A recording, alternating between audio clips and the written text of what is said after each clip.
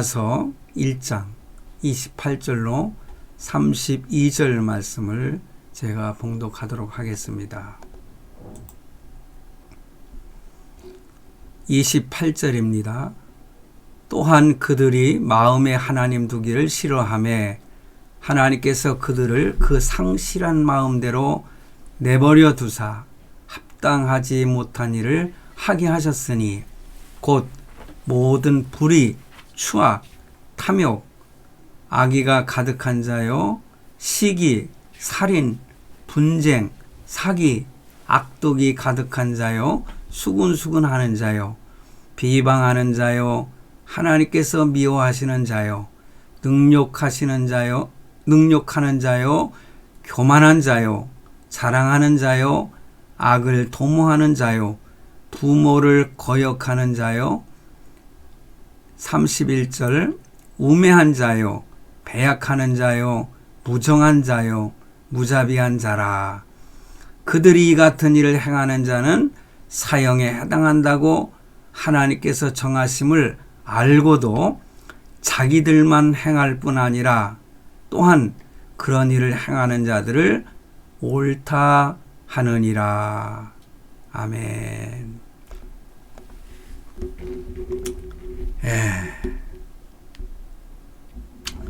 메리 크리스마스. 오늘 성탄절 메리 크리스마스입니다. 이 메리 크리스마스라는 것은 무슨 뜻이 있는가? 그것은 우리가 다 잘 알지만은 메리, 이것은 즐거운이란 의미죠. 그리고 크라이스트, 그리스도.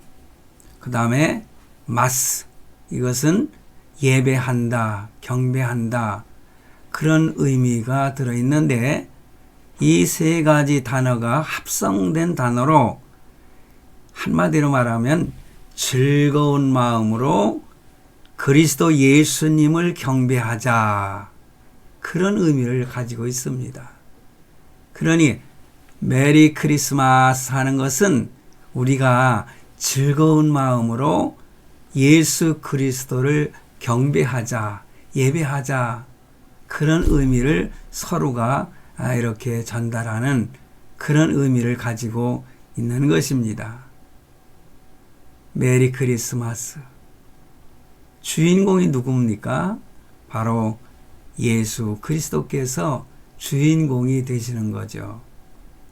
그런데 오늘날 어제 크리스마스 이브죠. 그 다음에 오늘은 크리스마스 성탄절 날입니다. 근데 어제 성탄절 이브에 많은 사람들이 즐겁게 시간들을 보냈을 걸로 생각을 해요.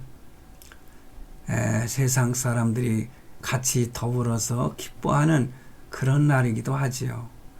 그런데 우리가 자칫 잘못하면은요, 주인공이 바뀔 수가 있잖아요. 산타가 성탄의 주인공으로 둔갑될 수도 있다는 것입니다. 과거에도 저는 그런 설교를 많이 했었습니다. 그런데 분명한 것은요, 이 성탄절이라고 하는 것, 거룩하신 분이 탄생하신 날인데 우리를 위해서 죽으시려고 오신, 십자가를 짊어지고 죽으시려고 오신 바로 예수님, 그분이 탄생하신 날을 성탄절이라, 성탄일이라 그렇게 표현을 하는 것입니다. 그러므로 성탄절의 주인공은 누굽니까? 우리를 구원하러 이 땅에 오신 하나님의 아들, 독생자 예수 그리스도이신 것입니다. 그런데 때로는 산타클로스 할아버지 해갖고 늘 사슴이 끄는 그런 걸 타고 와가지고 선물을 갖다 준다는 어린아이들의 꿈이죠. 루돌프 사슴이 끄는. 그리고 크리스마스 파티하는 것이 예수님을 찬양하는 것이 아니라 즐기려고 하는 것이, 그게 주인공의 자리를 뺏는 경우가 얼마나 많이 있습니까? 그래서 캐럴이라든가 이런 노래소리가 들려오는 것으로 주인공이 이렇게 둔갑하는 그런 경우를 보는데, 그것들은 다 뭐라고 할까요? 허라고 할까요? 진정한 빛이 아니라 헛빛이라고 할 수 있죠. 그런데 그 헛빛이 참 빛을 가리운다는 것이죠. 요즘의 세상의 모습이 그런 것을 보면서 많이 안타까운 마음을 가진 적이 있습니다. 성탄절을 즐거워하시는 여러분들도 그런 딜레마에 빠져서 참 어떤 면에서는 서글프고 주님 오신 날을 이렇게 허비해서 되는가 하는 그런 아쉬움을 가질 때가 있었을 것이라고 저는 생각을 합니다. 그런데 요즘은 참 코로나로 인해 가지고 그 시내에 나가면은 이런 캐롤 소리가 별로 들리지 않고 좀 조용하고 고요한 모습을 때로는 우리가 느끼지 않습니까? 어떤 면에서는요, 화려한 것보다는 아주 조용한 그런 성탄절을 보내게 된 것에 대해서는 역설적으로나마 오히려 더 잘 되는 것이 아닌가, 그런 생각도 해보게 되는 것입니다. 비본질적인 것들, 그런 빛들을 제거하고 참 생명의 빛이신 예수님만을 깊이 묵상하고 감사할 수 있는 그러한 성탄일이 된다는 것이 너무 감사하죠. 그런데 금년에는 바로 주일이 12월 25일 성탄절과 이렇게 겹치는 바람에 성탄절 예배를 통해서 우리가 하나님께 더 감사하며 가까이 나아갈 수 있게 됐다는 것이 감사할 따름인 것입니다. 그런 의미에서 저와 여러분이 함께 그 아기 예수 탄생을 찬양하면서 아기 예수께서 이 땅에 왜 오셨는가를 깊이 묵상하고, 그 아기 예수님께서 이 땅에 왜 오셔야만 되는가를 더 생각하면서 그 하나님의 은혜를 하나님께 감사하는 그런 복된 주일, 또한 성탄절, 또 이 시간 예배가 되시기를 간절히 바랍니다. 누가복음 19장 38절에 그랬죠. 주의 이름으로 오시는 왕이여, 하늘에는 평화요, 가장 높은 곳에는 영광이로다 하니, 바로 이렇게 우리는 아기 예수 탄생을 하나님께 영광을 돌리며 감사하는 시간이 돼야 될 줄로 믿습니다. 근데 오늘 제가 제목을 이렇게 잡았어요. 우리는 모두 죄의 공장입니다. 우리는 모두가 죄를 만들어내는 죄의 공장.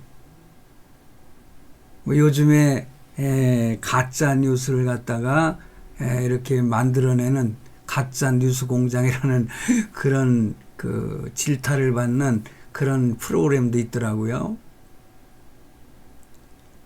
여러분, 그런데 우리의 몸은 모두 죄덩어리 아닙니까? 그러니 죄를 생산하는 그런 공장이라 이것입니다. 저는 이 말씀을 묵상하면서 저 자신을 생각했어요. 내가 아무리 거룩하다고 말로 할지라도 내 마음 깊은 곳에, 제가 지난번에 몇 주 전이죠, 병원에서 퇴원하고 나서 수술 받고 하나님의 은혜로 참 그 어려운 수술을 잘 이렇게 마치고 새로 태어난 기분으로 하나님 앞에 설 때에 저는 더 감사하면서도 제 자신이 얼마나 쇳덩어리였는가를 더 생각하고 묵상하면서 여러분들과 함께 그런 내용으로 그 하나님의 말씀을 묵상하지 않았습니까? 그러니 우리는 스스로 자기에게 속고 한평생을 사는 존재라는 말씀을 제가 드린 바가 있습니다. 그런데 제목에 우리는 모두 죄의 공장입니다 하고 그 밑에다가 성탄의 의미를 생각하며 오늘 말씀이 도대체 성탄과 무슨 연관이 있는가? 저는요 항상 그런 생각을 해요. 성경 말씀 66권은 어느 말씀이든지 예수 그리스도와 연결된 말씀이다. 그러므로 성경 66권은 주제가 예수 그리스도. 예수 그리스도가 주제가 되는 것이죠. 어느 성경 구절 하나하나도 예수 그리스도와 떨어져서 생각할 수 없는 그런 성경 말씀인 것입니다. 그런 의미에서 깊이 묵상하면서 제가 또 이렇게 우리는 모두 죄의 공장입니다. 왜 그렇습니까? 오늘 로마서 1장 28절로 32절 제가 봉독해 드렸는데 28절로 32절 말씀 속에 인간들이 하나님을 떠날 때에 범죄하게 되는, 짓게 되는 죄의 목록이 이렇게 나열되어 있습니다. 하나하나 세봤더니요 21가지 죄가 나타나고 있어요. 21가지 죄.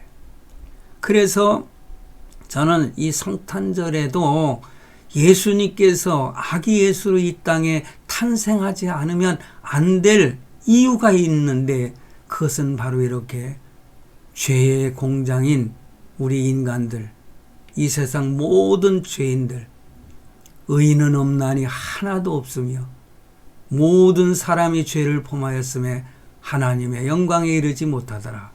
그렇습니다. 우리 인간들은 그대로 내버려 두면 이런 죄덩어리가 돼가지고 결국에 하나님의 진노를 받고 심판받고 다 죽어 저 지옥불에 떨어져서 참 영원토록 하나님의 무서운 진노 속에서 살아야 되는 존재가 아니겠습니까? 그런데 하나님의 사랑은 하나님께서 우리 인간을 창조하실 때에 지난주에 제가 그런 말씀을 드렸죠. 하나님이 모든 만물 창조하시고 인간을 만드신 후에는 다른 모든 만물들도 보시기에 좋았더라. 보시기에 좋았더라 말씀하셨지만은 사람을 만드신 이후에는 보시기에 심히 좋았더라. 인간을 만들어 놓고 아담을 만들어 놓고 하나님께서 얼마나 기쁘셨으면은 심히 좋았더라 이렇게 평을 하셨겠습니까? 그런 인간이 하나님 앞에 범죄하고 하나님의 창조 목적대로 살지 아니하고 영원한 지옥에 빠질 그런 위기에 빠졌으니 그 사랑하는 인간들, 하나님이 세상을 이처럼 사랑하사 독생자를 주셨으니 이 세상을 사랑하셨다는 말씀이에요. 그렇기 때문에 지옥에 다 보낼 수는 없다 이거죠. 그러니 독생자 예수를 이 땅에 보내주셨다는 요한복음 3장 16절 우리가 잘 알지 않습니까? 하나님이 세상을 이처럼 사랑하사, 우리가 어렸을 때부터 이렇게 찬송 요한복음 3장 16절 말씀으로 찬송했던 것을 저는 기억을 합니다. 또 제가 어린아이들 그렇게 가르쳤고요. 자, 그래서 예수님께서 이 땅에 오시지 않을 수 없는 이유가 오늘 본문 말씀에 들어있구나. 그래서 예수님께서 이 땅에 오실 수밖에 없는 이유를 오늘 본문을 가지고 말씀을 드리려고 제가 준비를 했습니다.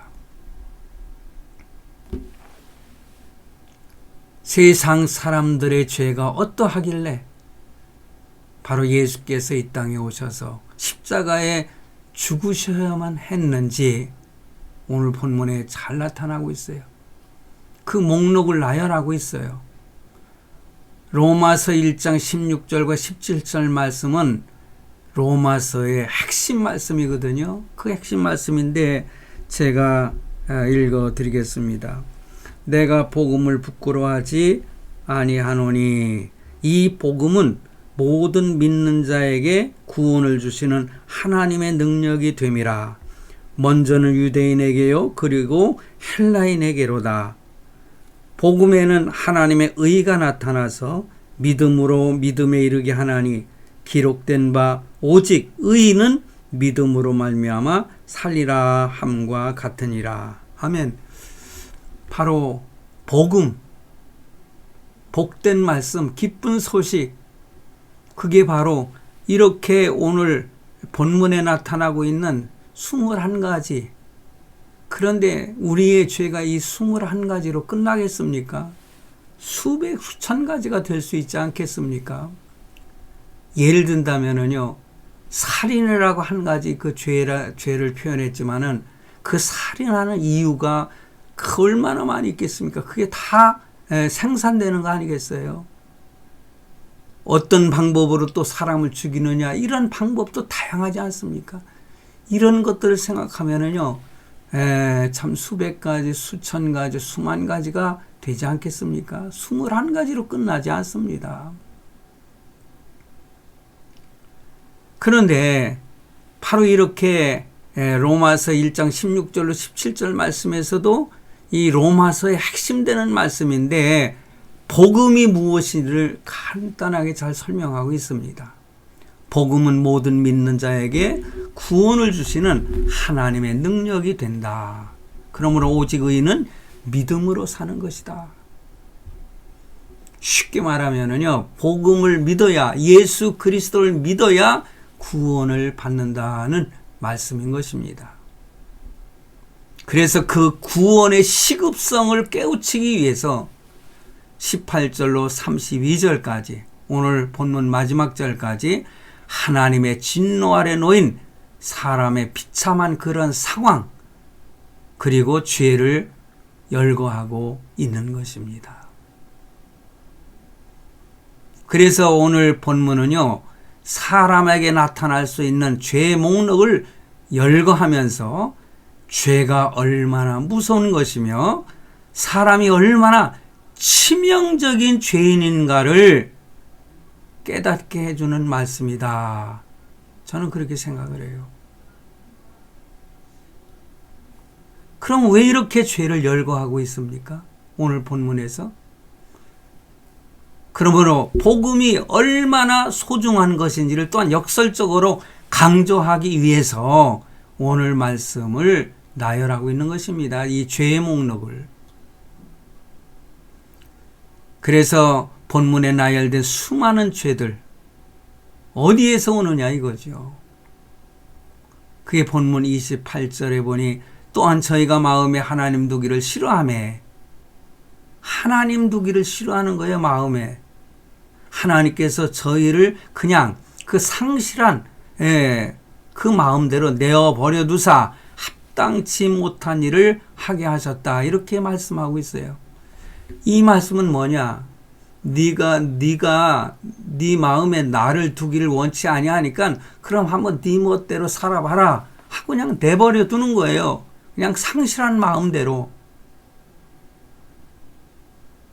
그 상실한 마음대로 살다 보니까는 참 이렇게 합당치 못한 일들을 범하게 되고 하나님 앞에 무서운 죄를 범하게 된다는 것이죠.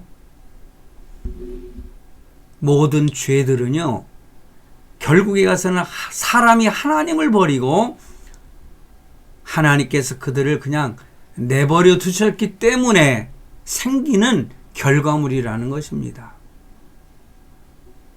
그래서 이 구절을 보면은 가장 불행한 인생은 뭡니까?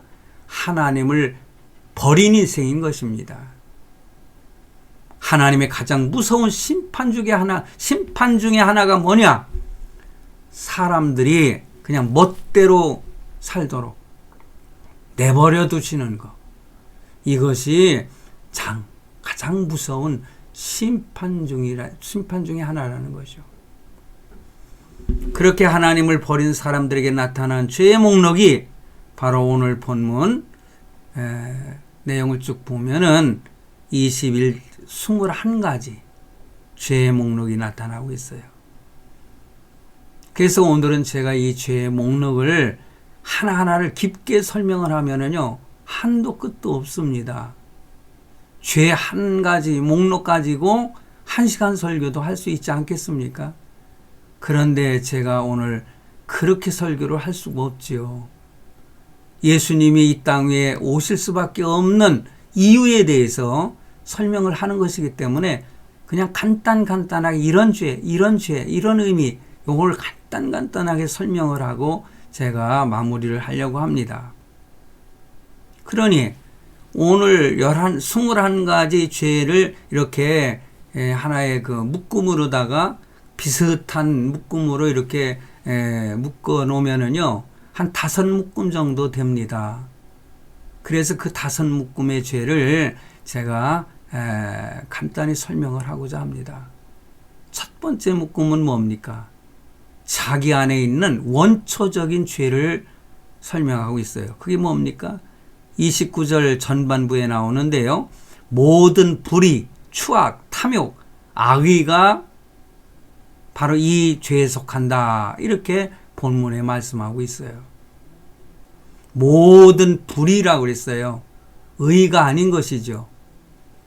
그러니까 하나님과 반대되는 모든 것, 이 세상에 불의가 난무하고 있어요.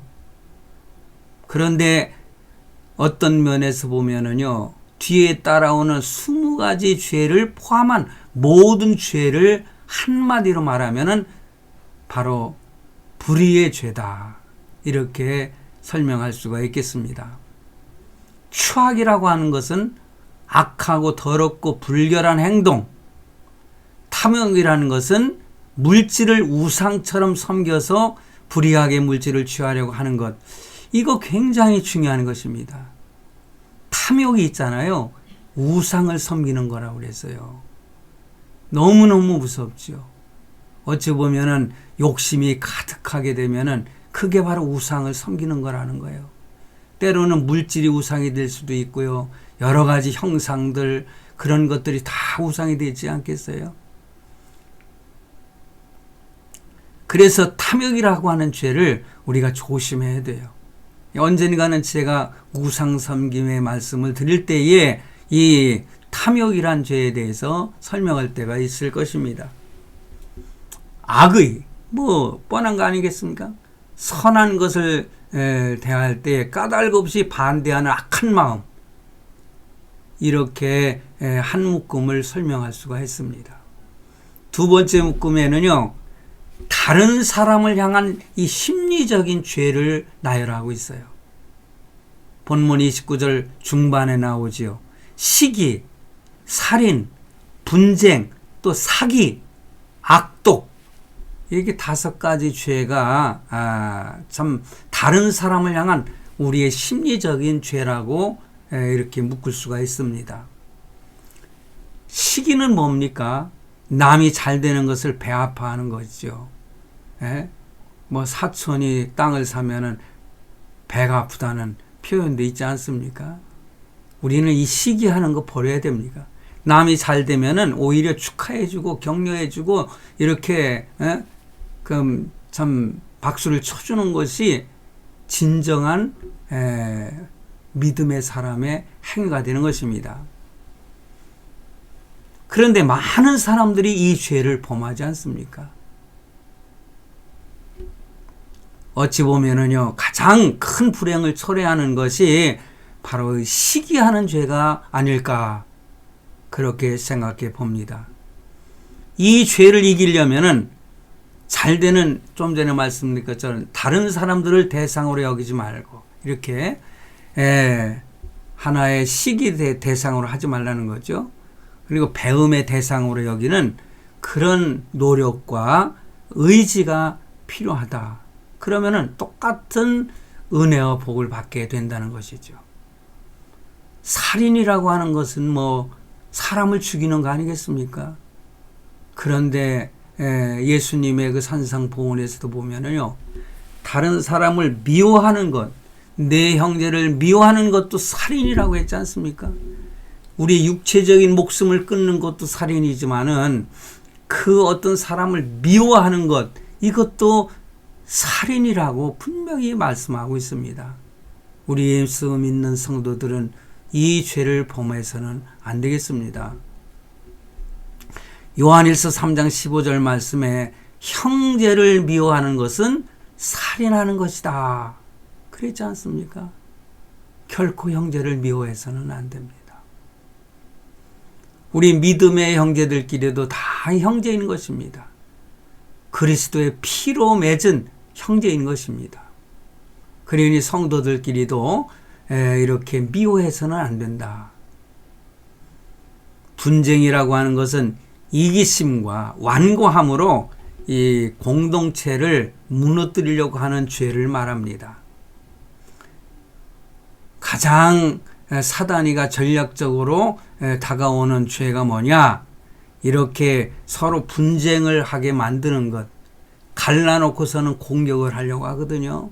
똘똘 뭉쳐 있으면은 참 사단이가 공격하기가 어려우니까 이렇게 분산시켜 가지고 맨투맨 개인적으로 공격해 올 때에 자칫 잘못하면은 넘어지기가 쉽지 않습니까? 뿐만 아니라 사기는 거짓말을 통해서 남을 속여가지고 자기가 유익을 취하는 것. 사기죄가 무섭지요. 대부분의 사람들은 자기가 의식하지 못하는 상황에서도 얼마나 사기를 많이 치는지 깊이 생각해 봐야 됩니다. 그리고 악독은 간악한 꾀로 남에게 해를 입히는 것. 이것이 악독한 것인 것입니다. 그리고 세 번째 묶음은 우리의 말로 짓는 죄의 묶음입니다. 29절 하반부에 보니까는요, 수군수군 하는 자, 비방하는 자, 30절에 그게 나오잖아요. 수군. 이쪽에 가서 수군. 이건 뭐냐? 나쁜 말로 이렇게 다른 사람들에게 알리는 거. 지들끼리만 수근수근거리면서. 그리고 비방하는 건 뭡니까? 이것은 공개적으로 나쁜 말을 하는 것을 말해요. 공개적으로. 그래서 국회에서도 보면은요, 아주 공개적으로 사람을 갖다가 비방하고 있잖아요. 국회의원이 무슨 큰 감투라도 쓴 것처럼. 저도 개인적으로 생각하는 게 그 국회의원들 범죄해도 국회 안에서 국회가 열려 있을 때 이렇게 하는 행위나 행동을 갖다가 벌할 수 없는 그런 법은요, 이건 전 잘못됐다고 생각해요. 그러니 그걸 백으로 생각하고 거짓말을 만들어내고 사람을 갖다 비방하고 이렇게 공개의 석상에서 사람을 갖다가 창피를 당하게 하고 하는 이런 일들이 얼마나 많습니까? 이렇게 말로 짓는 죄는 다른 사람을 갖다 우습게 보는 거예요. 어찌 보면은요, 자기가 열등감이 있을 때에 다른 사람을 갖다 이렇게 바로 이렇게 말로 수군수군하고 비방하고 그러는 것이 아닌가 생각해 봅니다. 그리고 네 번째 묶음입니다. 이거는 자기를 높이는 죄, 교만한 죄이겠죠. 제가 나는 평생 나 자신에게 속았다. 어떤 면에서 보면은 자기 의식 속에 자기는 의롭다고 생각하고 오히려 남들을 죄인시 취급하는 이런 행동, 이거 잘못된 것이지 않습니까? 그러니까 자기를 높이는 죄. 30절 말씀에 나오는데 이렇게 자 보니까는요, 자기를 높이는 죄는요 하나님이 미워하는 자라고 그랬어요. 이것은 하나님이 미워하는 자인데 하나님을 미워하는 자가 돼요. 능욕하는 자, 교만한 자, 자랑하는 자, 악을 도모하는 자, 이런 사람들이 이렇게 자기를 높이는 죄에 빠지는 죄를 범한다는 거죠. 하나님의 미워하는 자는 바로 하나님을 미워하는 자라는 뜻이라고 말씀드렸습니다. 능욕하는 자, 하나님의 심판을 우습게 하는 자, 교만한 자, 아무 실속도 없이 자기를 높이고 남을 깎아내리는 그런 사람들, 자랑하는 자, 이 헛된 자랑이죠. 그러니 사도 바울이 자기는 자기 스스로 그 자랑할 만한 것이 많지만은 이것은 그리스도를 위해서 다 해로 여긴다고 그랬어요. 나는 평생 십자가만을 자랑하겠다고 그렇게 표현했지 않습니까? 그리고 악을 도모하는 자, 이거는 악한 일을 만들어내는 거예요.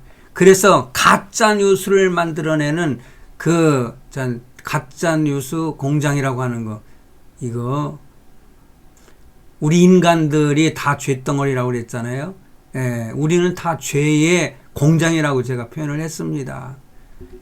우리들이 그렇게 죄를 만들어내요. 마지막으로 인간의 도리에 어긋난 죄가 있습니다. 그런 묶음이에요. 본문 30절 마지막에 나오는, 여러분, 부모를 거역하는 자, 이건 무서운 죄입니다.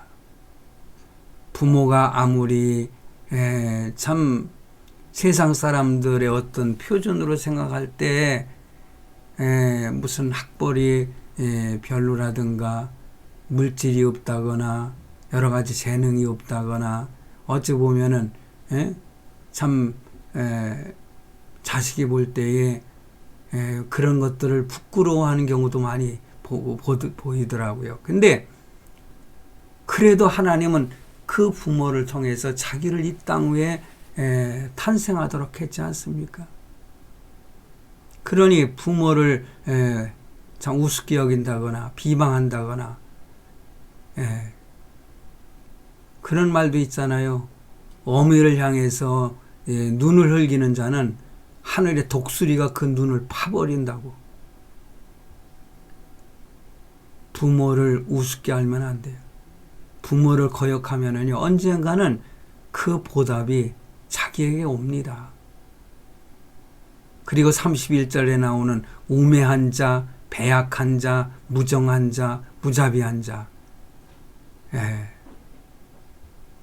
우매한 자는 뭡니까?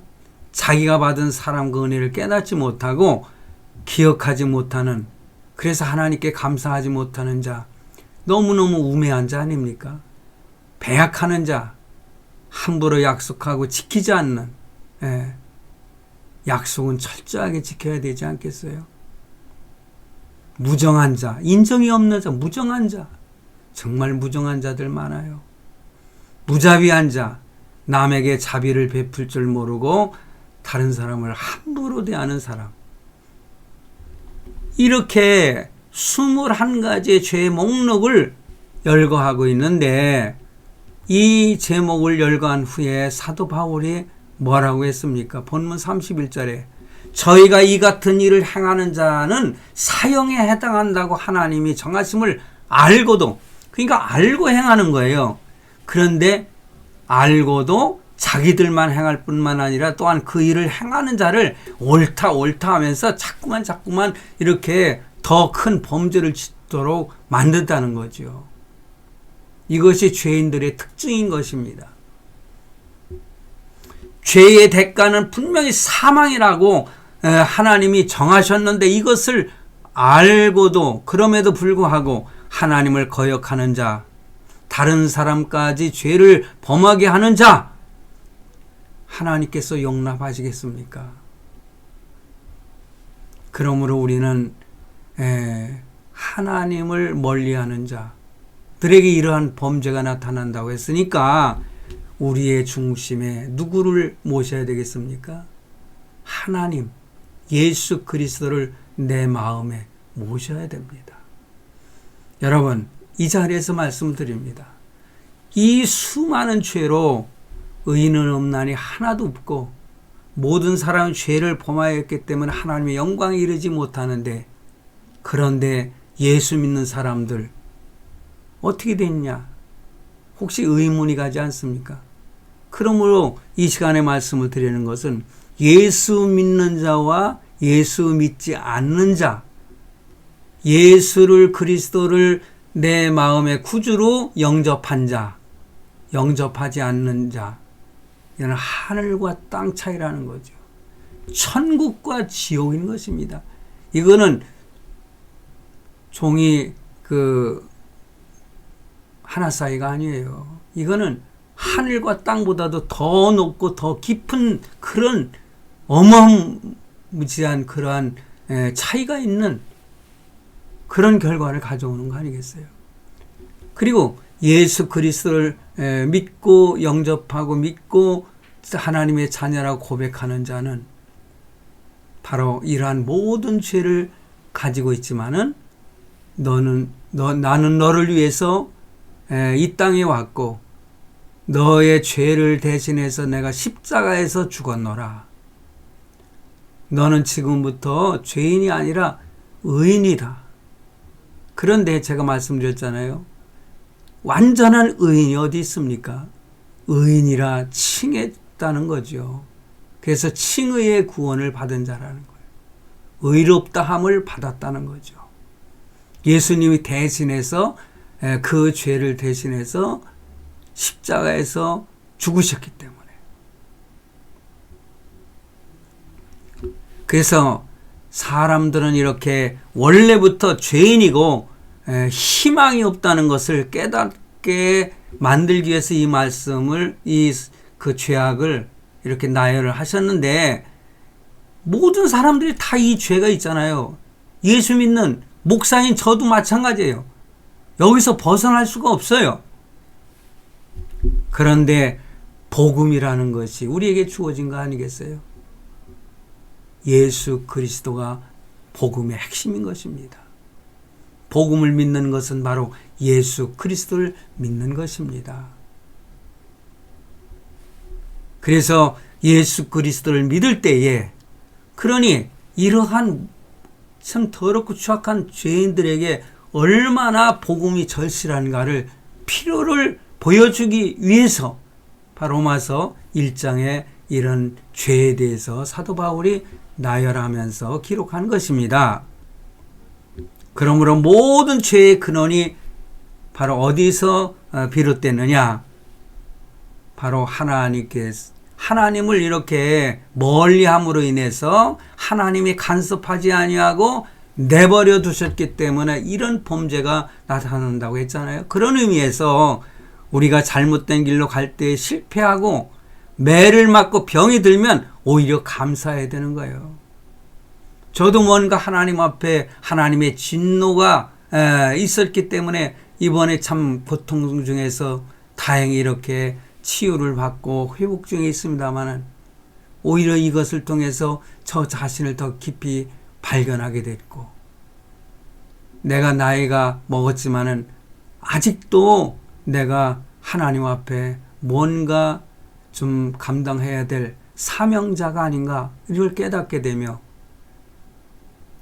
남은 생애를 지금까지 살아온 생애보다 참으로 더 알뜰살뜰히 하나님 앞에 살아야 되겠다는 그런 확신을 갖게 해주는 기간. 그러니 오히려 저는 하나님께 감사해야 되지 않겠어요? 저 감사하고 있습니다. 저 아직도 이 상처가 다 아물지 않아 가지고요, 어제는 오히려 더 아물지 않은 곳을 다시 더 꼬매 가지고 어젯밤에는 오히려 새롭게 또 꼬매 놓으니까 또 아프더라고요. 그래도 저는 이 정도로 치유가 되어 간다는 것 자체, 이미 제가 환상 중에 예수님께서 저를 하나님께서 저를 지켜보시면서 치유하시는 그런 환상도 제가 보았기 때문에 저는 결코 의심하지 않습니다. 우리가 잘못된 길로 가는데도 아무 일이 벌어지고 있지 않다면 그거야말로 심각한 문제인 것입니다. 내가 하나님 앞에 범죄하면은요, 나에게 무언가 손실이 있을 경우도 있고, 때로는 뭡니까? 몸을 치시는 경우도 있고, 여러 가지 가정에 우환이 있을 수 있어요. 사단이 공격해서 그럴 수 있지만은 하나님이 허용하시기 때문에 그런 거 아니겠습니까? 제가 욥기를 욥을 말씀을 드렸던 것처럼 그 당대의 의인이었던 욥이 그래도 하나님 앞에 범죄한 죄인이라고 하는 것을 깨우치기 위해서 그런 시험도 당하게 하셨던 하나님 아니십니까? 그러므로 우리는 늘 주여 나는 죄인으로소이다. 사도 바울처럼 나는 죄인 중에 괴수라는 거예요.